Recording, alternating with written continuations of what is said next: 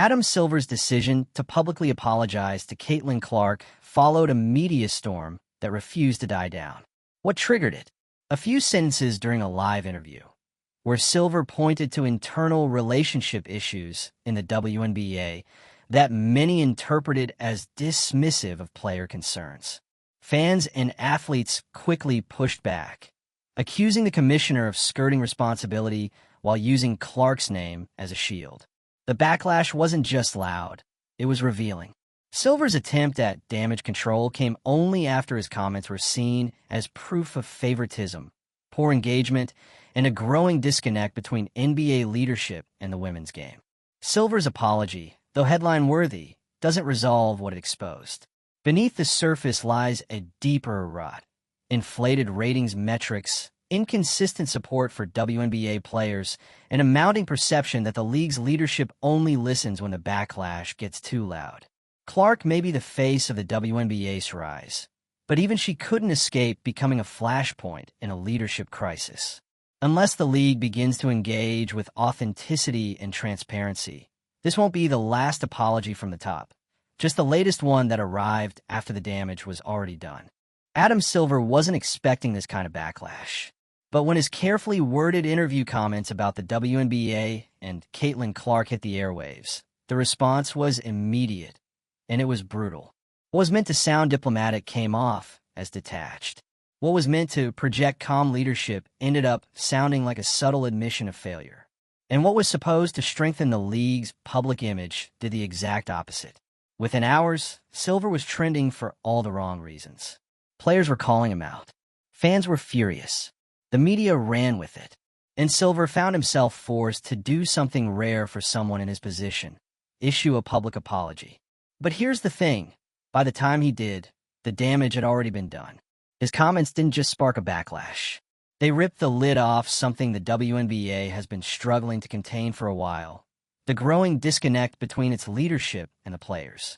Silver acknowledged relationship issues within the league, and in doing so, he accidentally confirmed everything players have been quietly saying for months. The league is fractured at the top. The communication is weak, and the trust? Almost non-existent. The apology that followed was focused on Caitlin Clark. Silver expressed regret for how his words were received, how they impacted her, and how they were perceived in the broader context of the league. But that apology did little to calm the storm, because what it failed to do was address the actual problem. This wasn't about just one player. This was about all of them. What's really behind this backlash is a growing frustration that WNBA players are being sidelined, both figuratively and literally. They're being propped up as the faces of growth when it benefits the league, but when it comes to meaningful inclusion in leadership decisions, they're left out. Silver's public outreach to NBA players stands in stark contrast to his apparent absence from WNBA conversations, and the players have noticed. When a commissioner consistently builds personal relationships with male athletes while neglecting to engage the women in his own league, that sends a message, intentional or not. Silver didn't call players. He didn't check in. And when he finally spoke about the league's state, it felt like he was talking about a business, not a group of professionals putting their bodies on the line every night. Add to that the recent controversy surrounding the league's so-called record-breaking viewership numbers, and you've got a situation that's spiraling. The WNBA touted those figures as proof of its momentum, but then it came out that Nielsen had changed how they collect data. Out-of-home viewing, from airport TVs to bar screens, was now being counted, which boosted the numbers significantly. That shift wasn't illegal, and technically it wasn't even dishonest, but it was misleading. And when the league used those inflated ratings to push a narrative of unprecedented growth, fans and players started asking whether the success story was real or manufactured. The suspicion that these numbers were rolled out to impress investors and sway upcoming media rights negotiations, all while internal problems were boiling just beneath the surface. That theory gained traction quickly, especially among players who have long felt like the league puts its public image above their actual needs. And when you're asking for better pay, better support, and basic transparency, and you get spin instead, that's not just frustrating. It's insulting. This is the context in which Silver's apology landed. And that's why it didn't land well. Caitlin Clark has been the league's golden ticket this season, no question. Her games sell out arenas. Her name trends weekly. She's brought a surge of attention to a league desperate for visibility. But that spotlight comes at a cost, and the WNBA has been too comfortable letting her carry the load alone. When she got injured, the league didn't pivot. It didn't protect her. It didn't even properly address the issue. It just kept moving, pretending like nothing had happened. So when Silver finally acknowledged Clark in that apology, it rang hollow. Because it wasn't just Clark who deserved that recognition. It was every player who's been putting up with this culture of neglect. Every player who's voiced concerns about leadership and been ignored. Every player who watched the league spin ratings reports while they played through injuries for minimum contracts and inadequate support. Players like Candace Parker and Sophie Cunningham have been increasingly vocal, and they're not speaking in coded language anymore. They're going public with their frustration. They're calling out the lack of communication, the absence of support, and a widening gap between what the league claims to be and how it actually treats its athletes. And they're not alone. Behind the scenes, more players are talking about organizing, about locking arms, about withholding their labor if the league doesn't start listening. A lockout isn't just a rumor anymore. It's a real possibility. And all of this leads back to leadership. The crisis isn't about one comment. It's about what the comment revealed. Silver's acknowledgement of relationship issues between players and executives wasn't just a slip-up. It was a window into how little the league has done to address the growing disconnect. The WNBA can't afford to keep pretending everything is fine while players post cryptic messages about being silenced, underappreciated, and left out of the conversation.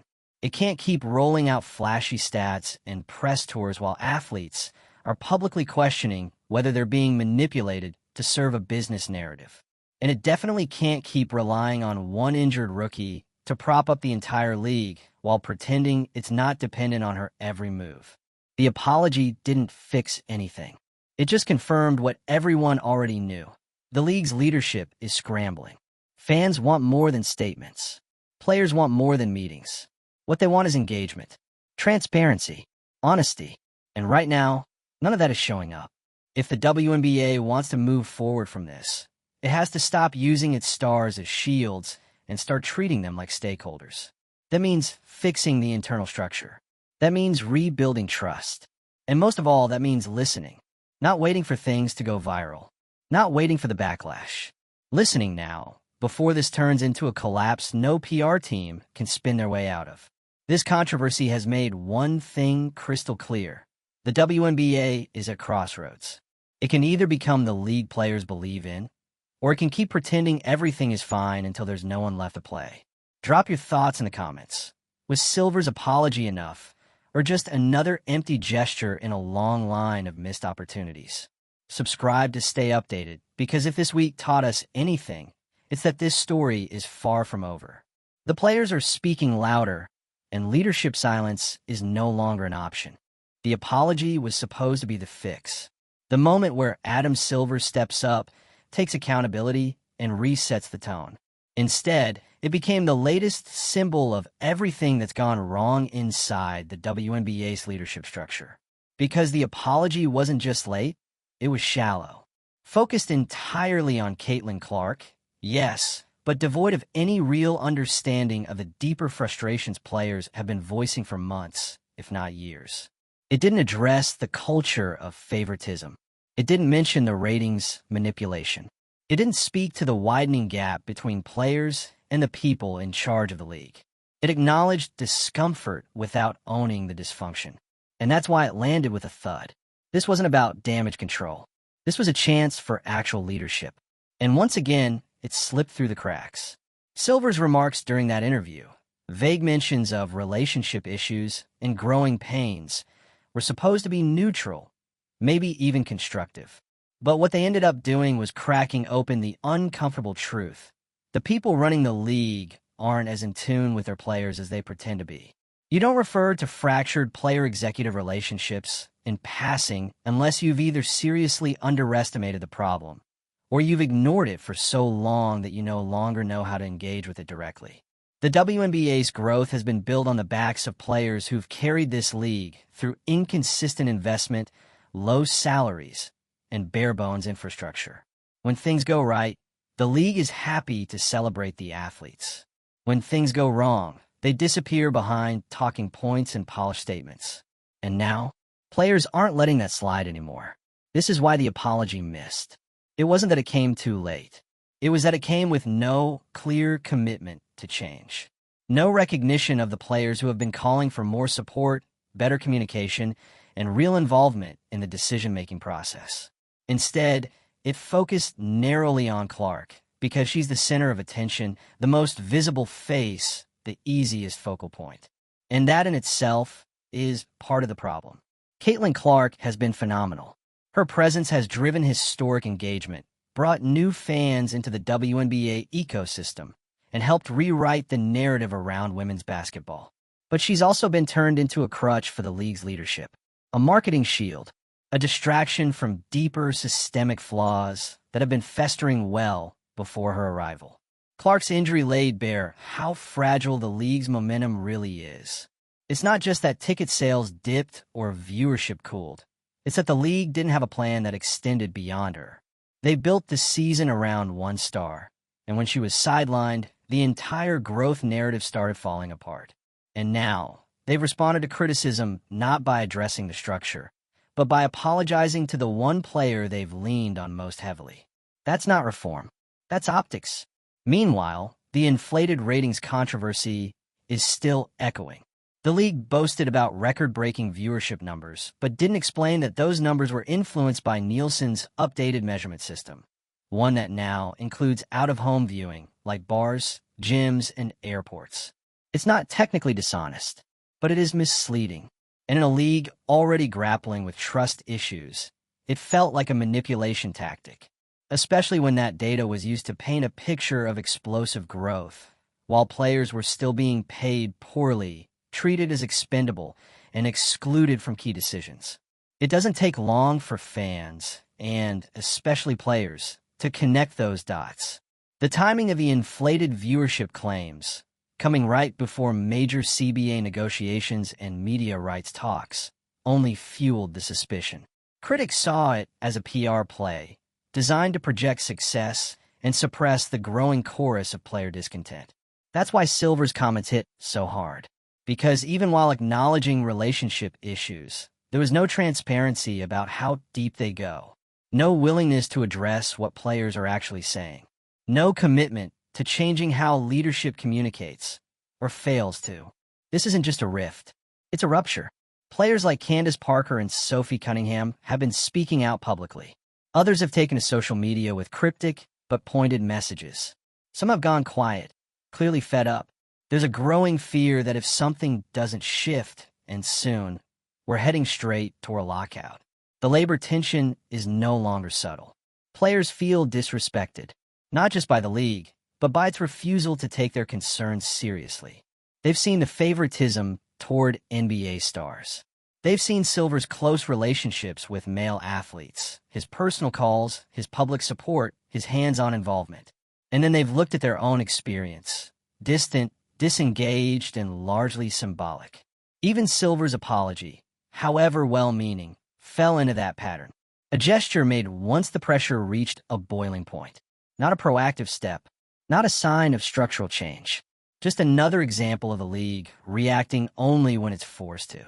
This is why trust is collapsing. The athletes aren't just frustrated about leadership. They're beginning to question whether the league is being run with their best interests in mind at all. When communication is poor, when support is selective, and when your commissioner speaks about your league like an outsider, what message does that send? Right now, the message is loud and clear. You're on your own unless the headlines force our hand. And if that doesn't change, the WNBA is going to lose more than player loyalty. It's going to lose its foundation, because this kind of disconnect isn't sustainable. The players are organizing. The union is growing stronger. There are whispers getting louder about possible work stoppages, public demands, and drastic action. The apology didn't de-escalate the situation. It gave it more fuel. This could have been a moment of reckoning, followed by rebuilding. But without follow-through, without a plan, and without a seat at the table for the players themselves, it's just another chapter in a long line of missteps. The league doesn't just need better PR. It needs structural reform, authentic leadership, transparency in data, inclusion in decision-making, consistent communication, respect that doesn't vanish the second the cameras stop rolling.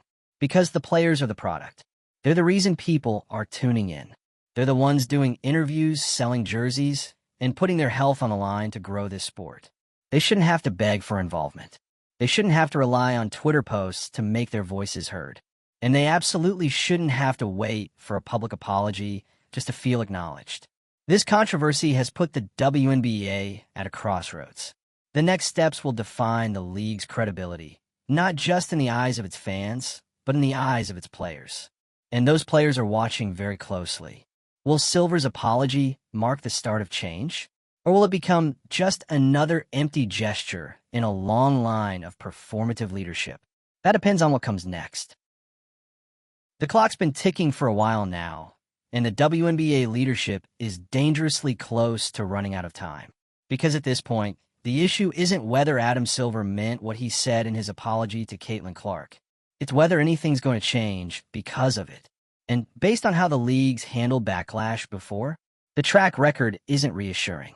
That's why so many players and fans didn't buy the apology. Not because it wasn't polite enough, not because it didn't sound sincere, but because it didn't come with anything tangible.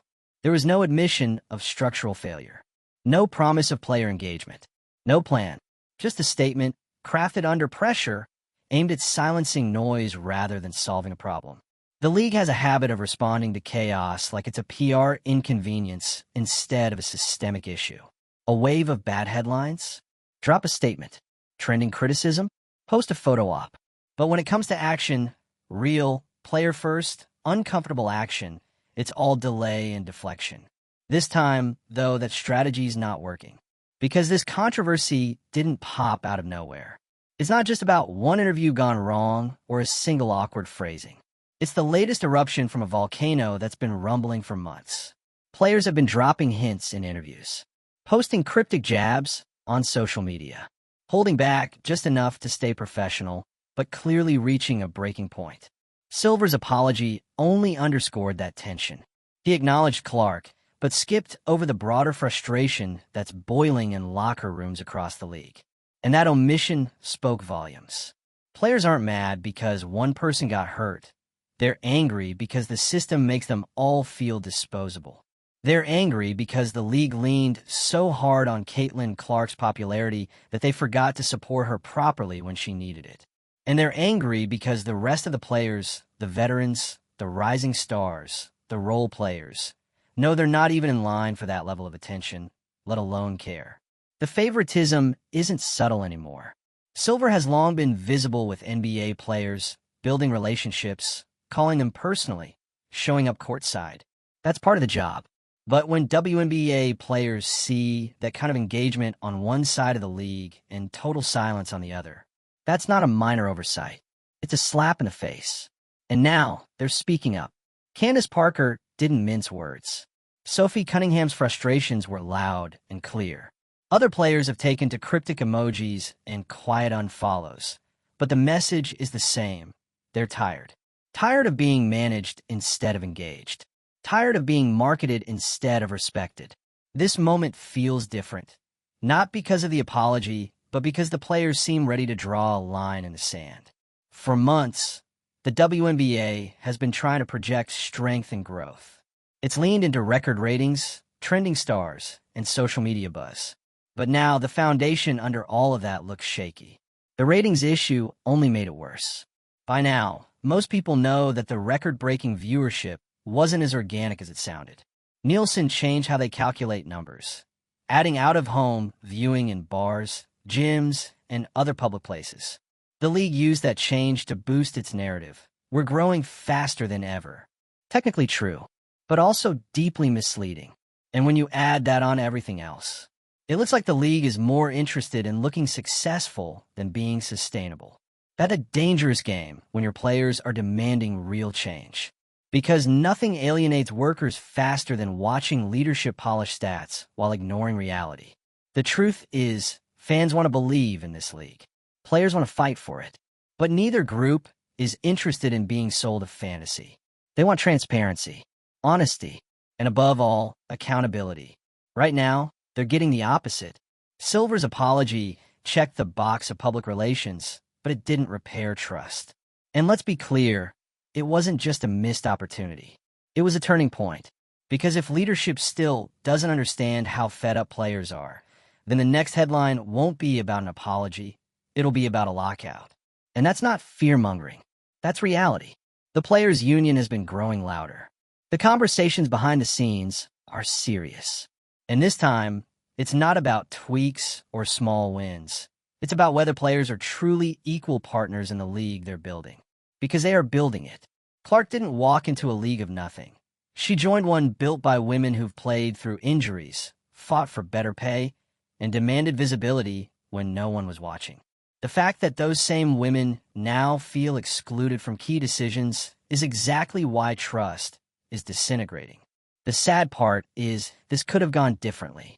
If Silver had taken that interview as a chance to say, "We hear the players, we've made mistakes, and we're ready to do better," the response could have been entirely different.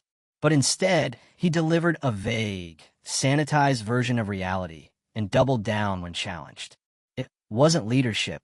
It was damage control. And that's not going to cut it anymore. So where does the league go from here? It starts with listening. Not performatively, not selectively, but deeply. The players aren't just the talent. They are the league. And if leadership wants to keep them invested mentally, physically, emotionally, it needs to start including them in the process. It also means being honest about the numbers. If ratings are up, great. But if they're up because of new counting methods, say that. Own it. You can't build long-term trust on manipulated short-term optics. Most importantly, the league needs to stop over-relying on individual stars. Yes, Caitlin Clark is a sensation. But leaning your entire narrative on one player, especially a rookie, is lazy leadership. It leaves the entire structure vulnerable the second something goes wrong. That's not sustainable, and players know it. This league has come too far to fall apart now. The talent is world-class. The fan base is growing. The media attention is finally consistent. But none of that matters if the players no longer trust the people in charge. Adam Silver may have issued an apology. But what matters next isn't what he says, it's what he does. Does he pick up the phone and call the players he's ignored? Does he show up in the room when hard decisions are being made? Does he stop treating the WNBA like a side project and start treating it like the essential, thriving league it deserves to be? We'll see. Until then, the players are watching. The fans are watching. And the clock is still ticking. Drop your take in the comments. Did Silver's apology hit the mark? Or did it just prove how far the league still has to go? Subscribe to stay tapped in, because this story is still unfolding, and the next chapter could decide everything.